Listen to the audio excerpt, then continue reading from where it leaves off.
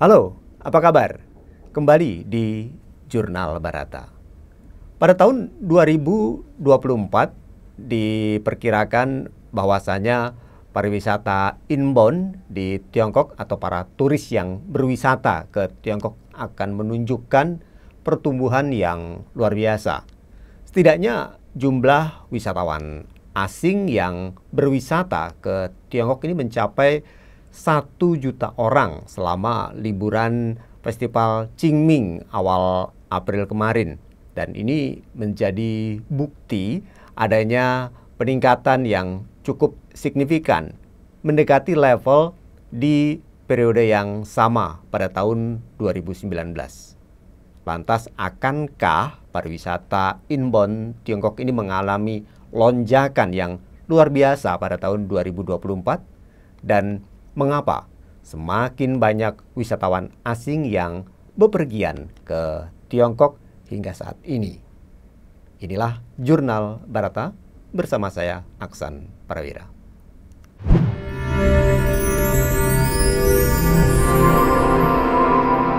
Jurnal Barata. Ada beberapa alasan di balik fenomena tersebut. Pertama, Tiongkok melakukan diversifikasi produk pariwisata untuk menyesuaikan kebutuhan wisatawan yang berbeda-beda. Tiongkok bisa dikatakan memiliki sumber daya wisata yang beragam dan komplit, mulai dari pemandangan alam sampai lanskap budaya, mulai dari budaya tradisional hingga lanskap perkotaan modern. Dengan keunggulan yang dimiliki tersebut, Tiongkok berhasil menarik semakin banyak wisatawan internasional. Ibu kota Tiongkok, Beijing misalnya, bagi wisatawan yang pertama kali berkunjung ke sana, banyak objek wisata terkenal yang layak untuk dikunjungi, seperti misalnya kota terlarang, tembok besar Pataling, istana musim panas, dan masih banyak lagi. Sedangkan bagi wisatawan yang mungkin telah berkunjung ke Beijing untuk kedua atau ketiga kalinya, maka dapat pula mengunjungi sekaligus merasakan Universal Resort Beijing yang telah menjadi destinasi populer di Tiongkok. Sementara itu bagi para wisatawan Korea yang umumnya sangat menyukai wisata alam, biasanya mereka ini mengunjungi Taman Nasional Zhangjiajie di Hunan sebagai pilihan yang tepat bagi mereka. Apalagi Zhangjiajie telah meluncurkan produk wisata internasional Fantastic Landscapes seperti Fanglin Canyon dan Zhangjiajie Landforms. Data menunjukkan bahwa jumlah wisatawan Korea yang mengunjungi Zhangjiajie pada kuartal pertama di tahun ini mencapai sekitar 105.000 orang. Ini meningkat dari tahun ke tahun sebesar 367,76 kali lipat. Makanya tidak heran jika saat ini pegunungan Zhangjiajie yang dipenuhi orang Korea sudah menjadi topik hangat di media sosial Tiongkok. Lalu yang kedua, kemudahan transportasi. Nah, ini juga membuat wisatawan asing lebih nyaman melakukan perjalanan. Kereta cepat Tiongkok ini sudah juga menjadi ciri khas negara tersebut. Banyak orang asing ingin menjajal kereta cepat di Tiongkok. Pengalaman menumpang kereta cepat di Tiongkok yang efektif, efisien, dan nyaman sudah menjadi daya tarik wisata di Tiongkok. Para wisatawan biasanya lebih suka menumpang kereta cepat untuk bepergian antar kota di Tiongkok karena sistem transportasinya yang terintegrasi dari kota ke kota serta dari stasiun kereta ke pusat kota dan tempat wisata. Makanya begitu sampai di stasiun kereta, tujuan para wisatawan dapat memilih berbagai moda transportasi umum dengan berbagai rute yang dapat mengantarkan mereka ke tujuan. Nah, di sini kita bisa melihat betapa pentingnya jaringan transportasi dalam kota selain jaringan kereta cepat antar kota. Dan bagi orang Indonesia yang sudah pernah menjajal kereta cepat Jakarta-Bandung Wush, maka kereta cepat yang beroperasi di Tiongkok tidak jauh berbeda, baik dari penampakan luar maupun fasilitas di dalam gerbong keretanya. Pasalnya Wush sendiri memang diimpor dari Tiongkok.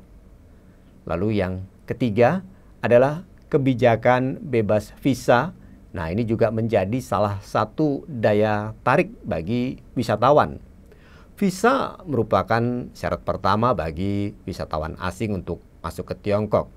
Penerapan kebijakan bebas visa sama dengan membuka pintu bagi wisatawan asing, sekaligus menghemat biaya dan waktu mereka.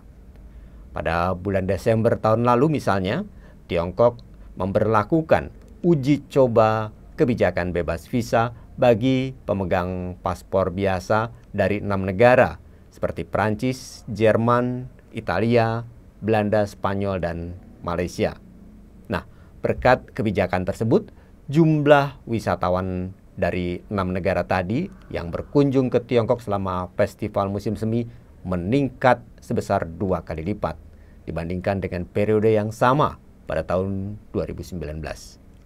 Namun, meski demikian, sepertinya di tengah peningkatan jumlah wisatawan asing di Tiongkok, ada pula beberapa permasalahan yang muncul.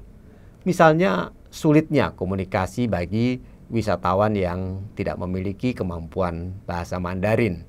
Oleh karenanya, beberapa langkah pun kemudian diambil, yang mana salah satunya perusahaan travel online terbesar di dunia asal Tiongkok, Trip.com, diketahui sudah menyediakan fitur multibahasa dan menerima pembayaran lebih dari 30 mata uang asing mengenai masalah pembayaran di Tiongkok. Wisatawan asing juga sudah bisa menggunakan fitur pembayaran digital dengan Alipay ataupun WeChat Pay. Langkah ini pun cukup mudah. Pengguna hanya perlu melakukan registrasi di aplikasi terkait dan melakukan verifikasi data diri dengan paspor dan mengoneksikan kartu Visa atau Master mereka. Dan terkait dengan hal ini, Sun Yeli, Menteri Kebudayaan dan Pariwisata Tiongkok, berjanji untuk memfasilitasi pariwisata inbound dan menyediakan layanan yang lebih nyaman bagi para wisatawan asing dalam semua aspek pengalaman perjalanan mereka, termasuk saluran pembayaran. Menurut Sun Yeli, pihak berwenang sudah meninjau secara komprehensif seluruh perjalanan masuk orang asing dalam hal kenyamanan dan mengoptimalkan setiap langkah mulai dari pengajuan visa serta penerbangan hingga check-in di hotel. Selain itu juga berbelanja dan bepergian. Dan pihak berwenang juga sudah berkolaborasi dengan platform pembayaran dan perusahaan untuk menyederhanakan prosedur bagi wisatawan asing untuk mendaftar dengan aplikasi pembayaran seluler, serta memastikan keamanan barang-barang mereka dan memenuhi kebutuhan mereka dengan lebih baik tentunya. Dan Sun juga menegaskan bahwa uang tunai tidak dapat ditolak sebagai pembayaran dimanapun karena merupakan alat pembayaran yang sah. Dengan serangkaian kebijakan yang diterapkan tersebut, wisatawan asing pastinya bisa menikmati kenyamanan yang sama seperti wisatawan domestik.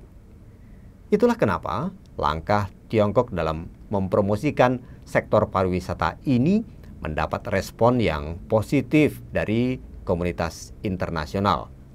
Seperti yang tertulis pada salah satu surat kabar di Prancis, Le Figaro, dalam sebuah artikelnya yang menyebutkan bahwa Tiongkok memiliki sejarah yang panjang, budaya yang indah, wilayah daratan yang luas, dan sumber daya pariwisata yang beragam, sehingga sangat menarik bagi wisatawan Prancis.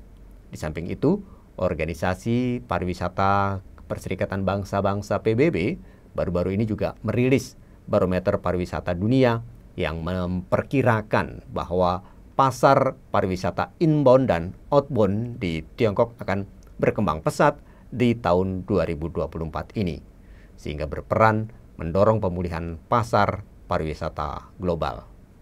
Nah, oleh karena itu, Tiongkok kemudian telah mengambil sejumlah langkah untuk meningkatkan sektor pariwisata inbound sejak kuartal keempat di tahun 2023. Hal ini dilakukan karena pengembangan pariwisata inbound merupakan langkah utama untuk mendorong pengembangan perdagangan jasa. Sekaligus ini sebuah cara untuk memperlihatkan citra Tiongkok di mata dunia internasional.